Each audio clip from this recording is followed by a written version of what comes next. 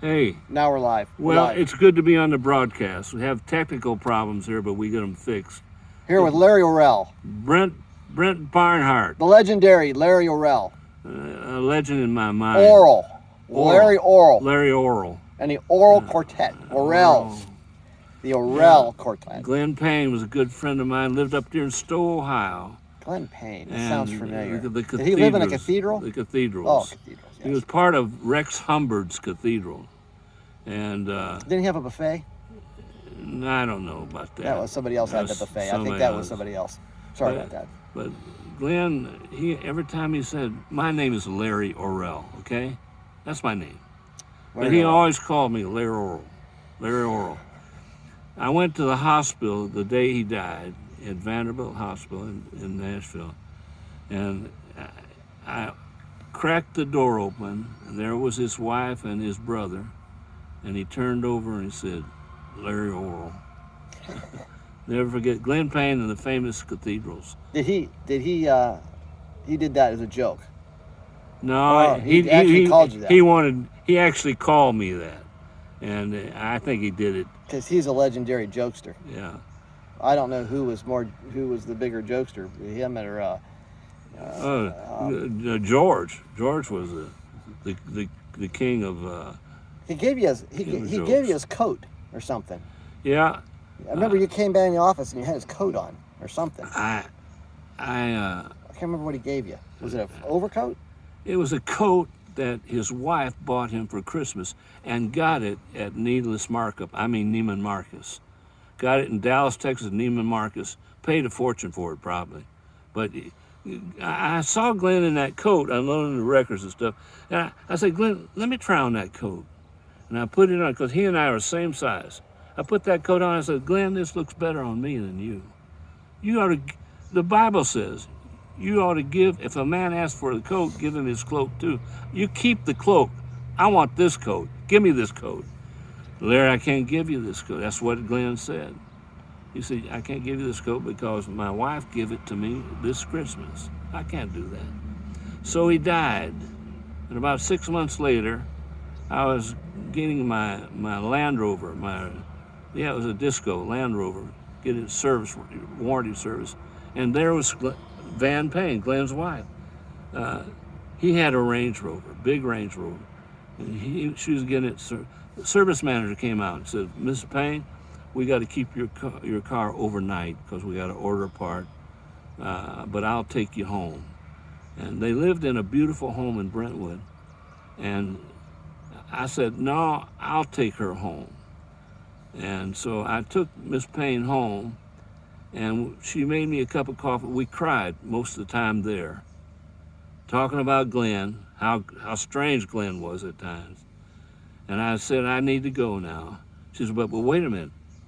I've got to go upstairs and get something." And she came down with that coat and said, "Glenn says, when I die, make sure Larry gets this coat." And so sure enough. And I remember you wore it in the office one day. Yeah, a beautiful leather and I'm coat. like, "Where'd you get that at?" And you're like, "Glenn Payne gave it to me." But he left it in Indianapolis at Murat Temple. And it was after the show. And he called me. I was on the way back to the hotel. And he said, "Larry, I left that coat in that dressing room there at Murat Temple. Can you go back and get it?" I said, "Glenn, the stagehands have probably already locked up, but I'll go back and see." So sure enough, the door was open, the stage door, and I walked in there, and they said, "Larry, what are you here for?" Glenn has left his coat down in the dressing room. I'll see if I can get it. Now, you'd think that somebody'd steal that coat, anybody. But it was down there in that dressing room. So I got it. I called Glenn. I said, "I've got the coat." He said, "Larry, send it to me Monday." I said, "No, I'm not. You don't think no more about this coat than leaving a dressing room somewhere for somebody to steal. I'm going to keep the coat. Larry, you send that coat back to me." That's what Glenn said. So I kept it for 2 months. And finally I saw him at a concert in Chicago. I was promoting there. And I brought him the coat. But he says, "You should have sent me that coat right away. My wife kept on asking me about that. You got me in trouble with Van." I said, "Well, just tough luck." Well, that was the same coat? Same coat. Oh, yeah. the same coat. All right, so Same coat. Larry and I used to go to dinner every night for the longest time. And we would sit there and just laugh our ass off telling stories about the music business. You got to tell a couple of my favorite stories. I don't know if you can say the names or not, but it'd be funny if you did. The one favorite one's the alphabet soup one. Tell the alphabet soup story. And why, and these are like road pranks, because everybody gets bored on the road, so people get all ornery and cranky. Back when Mylon Lefevre wrote Without Him, recorded by Elvis Presley, by the way, he was wild. He did drugs. Mylon. Yeah, Mylon Lefevre. And so the story is, at the opening of Atlanta, Georgia's symphony season, Mylon bought a ticket on the front row of the balcony. So Mylon's got long hair, wears a fur coat, and in the middle of this symphonic night in Atlanta, Georgia, He looks like a drunk, though. He's acting like he's he drunk. looks like a drug addict. Hungover. He's playing this up. He leaned over the balcony. He had got a big can of vegetable soup, big can. He leaned over the balcony and went, ah, and poured this soup down on everybody in Atlanta, all the finest in Atlanta. And their tuxedos and And gowns. so the police got him, locked him up, and Urias, his father, had to bail him out of jail that night. All right, now, my other favorite story, and I tried to tell this one the other day, and I couldn't, I think it was Vestal Goodman. They had a bathroom behind, Oh, yeah. not the curtain, not the main curtain, but the backdrop curtain in the This back. happened in Birmingham, Alabama. Center stage, there was a bathroom, a closet bathroom right in center stage, but behind the back curtain that's Right. normally closed. Right behind the back curtain. Now, you tell the story. And so I think Florida Boys, somebody's on stage, and Vestal's in that toilet place. And somehow the stagehands are pulling the curtains. They got the wrong curtains, and the curtain hooked that door and pulled that door open for all of Birmingham to see Vestal on the pot. And of course, the whole But place. Vestal can't get off the toilet to close the door. No. Because the door opened this way, and she's on the pot and looking at. One of the Oh. Goodman boys finally had to go out there, and one of the brothers, and close that door. I got to sit right next to her on one of her last Gaither videos when you took me up to the Coliseum, and her son helped her out. I remember. Yeah. She sat right in front of us. Ricky. She didn't live very much longer after that. Oh. Howard was gone by then. I remember that night. It was 10:45, something like that. Yeah. I'm sitting right next to Jake Hess. Yeah, I was sitting here. Larry was there. Jake Hess is on the other side of him. And I think the black singer was on the other side of him. Yeah. Jesse Dixon, I think. yeah, but the Isaacs were going on stage, and Jake turned over to me and said, "Boy, I hope they're done singing, 'cause I'm done listening." I laughed. Only Jake could say something like that. And then David Phelps was getting ready to go on stage, and Jake said to me, "Well, if your father was here, he'd have to tell David Phelps, tuck that shirt in or don't go on that stage." Larry's father, first in the Gospel Music Hall of Fame.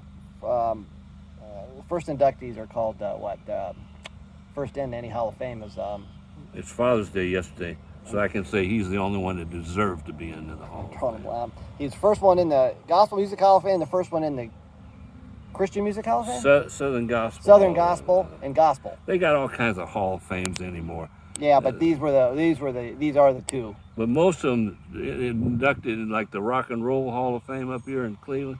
I don't know, why is it up in Cleveland? I don't know why the Football Hall of Fame is here in Canton. Professional football was Canton McKinley started the whole thing. That's where professional football started. That's what they say. That's how it is, I'm telling you. But you know Jimmy Snow is at the main exhibit? Was when you walk in the Rock and Roll Hall of Fame, the very first thing you saw up on the big screen. You mean Hank Snow? No, Jimmy. Really? Because he's doing that famous 1950s. It's the beat. He's got a hold of the square microphone and he's leaning down and he's screaming, "It's the beat! It's the sin of the beat!" Because he was friends with Elvis growing up. and they were doing a thing Hey. about rock and roll and how his friend went in gospel Everybody's music. friend of Elvis. Everybody. Yeah, and at least they think they are. I'm friends with Elvis. Well, I was with him when I was 12 years old. Got his autograph. Got it at home. Took it out here to the antique show for PBS, and I don't think you ever shown that to me. You ever shown that to me? I've got it. Come by the house. What was it? On one of his 8x10s or what? Or just a slide piece of paper? It was on my dad's business card. You Really? turn it over the other side, you see Lloyd Orrell. Do you have mine? Huh? You have mine? You're what? My autograph. I haven't got your autograph. Why not? Because you're in the Hall of Shame. I might have yours. I don't know. They have a Hall of Shame. They should. I have no shame, Larry. Up there. I'm trying not. Up there in Cleveland, I can't believe that. I can't believe, they got even Dolly Parton in the rock and roll. Dolly Parton's not rock and roll. I'm trying to get back all of your records. I think I had every one. I don't want no details, but I boxed them all up and sent them back, and they're still there in a box, but they're up in an attic in Nashville, and I'm working on trying to get them shipped back. And every contract that was ever written and every letter, and I shouldn't have thrown a temper tantrum and sent them back for whatever, but they're there, and I've been promised to get it sent back. Well, I can only say in closing here. I had all the LPs. That's when artwork was good. When you had an LP to work with, you could do something with it. Yeah, now it's a flash drive. I've got flash drives for everybody. A little bag and put it in a suitcase. Really? To travel with. And if you want my albums, the latest project, as they say, you can get it on a flash drive. There's 2 projects on each flash drive. But in closing, How do you put your picture on it? no pictures. Okay. No pictures, just Larry Orrell. I like my picture on stuff. I'm so good looking. Not Larry Orrell. Yeah, it's my hair in those pictures. They look good. I got only thing I wanted to say it's good to be on the broadcast today, but there's only 2 places, heaven and hell. Have you made the right decision? That's where you're going to spend eternity. There's only one way. Jesus is the way, the truth, and the life. That's all I got to say. And make sure you make the right choices, because I'm so glad I made the right choice. And God bless you. I love you. There's nothing you can do about it. He's saying. He said that now for decades. Yeah. Adios.